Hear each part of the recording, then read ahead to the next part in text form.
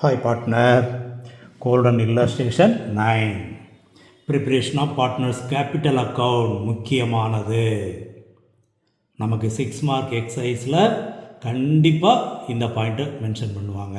அது அட்மிஷனோ ரிட்டையர்மெண்ட்டோ death of the பார்ட்னரோ எதாக இருந்தாலும் சரி. சரி, இப்போ அதில் என்ன எழுதுறது நம்ம என்ன கேட்டிருக்காங்க பாரு இந்த கொஸ்டினில். Prepare partners capital account. Partners capital அக்கௌண்ட்னாலே தட் இஸ் இது நமக்கு பர்சனல் அக்கௌண்ட். பர்சனல் அக்கௌண்ட்னா debit the receiver, credit the giver. இதில் முக்கியமாக முதல்ல பேலன்ஸ் எழுத சொல்லி கொடுத்துருக்கோம். அடுத்து நியூ பார்ட்னர் கேபிட்டல் கொண்டு வந்தார்னா அந்த அமௌண்ட்டு, அவர் கொண்டு வந்த குட்வில்லு, ரிசர்வ் இருந்தால் ரிசர்வு, ரீவேல்யூஷன் இருந்தால் கெயின் இருந்தால் கிரெடிட் சைடு, லாஸ் இருந்தால் டெபிட் சைடு. இதுதான் நம்ம கவனிக்க வேண்டியது. இப்போ நமக்கு ரிசர்வ் இருக்குது, ட்ரான்ஸ்ஃபர் கொடுத்துருவோம்.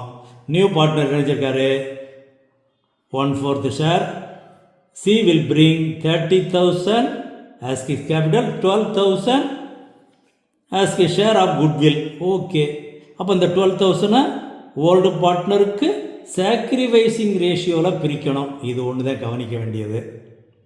ரீவேல்யூஷன் கொடுத்துருக்காங்களே, அப்போ ரீவேல்யூஷன் அக்கௌண்ட் ஒன்று போட்டு பார்த்துருவோம். ரீவேல்யூஷன் அக்கௌண்ட் போட்டு பார்க்கும்போது எதெல்லாம் இருக்குது பாரு. ரீவேல்யூஷன் அக்கௌண்ட் ரஃபாக ஒர்க் அவுட் பண்ணுவோம்.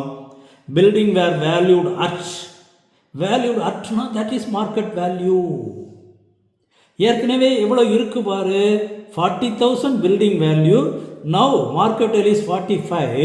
தென் கெயின், பில்டிங்கில் கெயின் 5,000.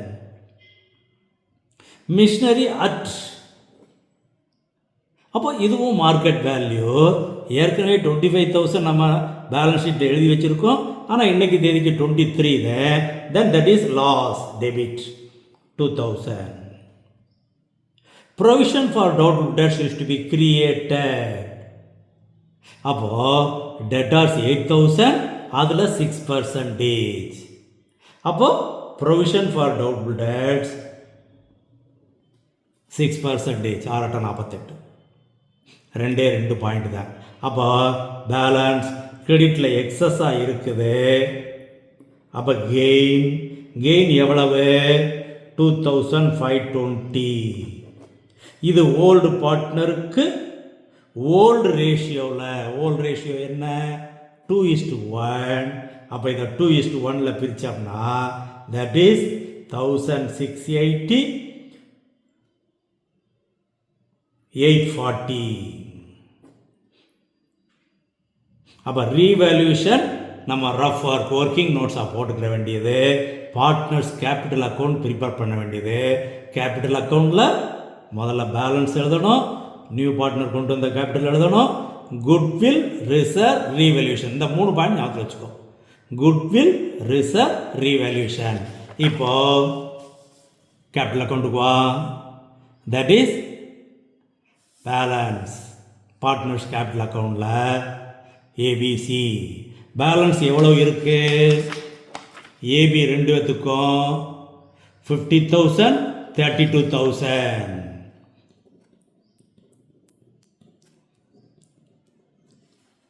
சி எவ்வளோ கேபிட்டல் கொண்டு வந்திருக்கிறாரு? 30,000. குட்வில் எவ்வளோ கொண்டு வந்திருக்கிறாரு? 12,000. ஓல்டு பார்ட்னருக்கு சாக்ரிஃபைசிங் ரேஷியோவில். அப்போ அந்த 12,000 2:1 ரேஷியோவில் பிரித்தோம்னா 8,000, 4,000. ரிசர்வ் எவ்வளோ இருக்குது? 6,000 இருக்குது. அதையும் ஓல்டு ரேஷியோவில் பிரிக்கிறோம். That is 4,000, 2,000. ரீவேல்யூவேஷன் கெயின் இருந்துச்சு, 2,520 ரூபா கெயின். அதை நம்ம பிரித்தது 1,680, 840.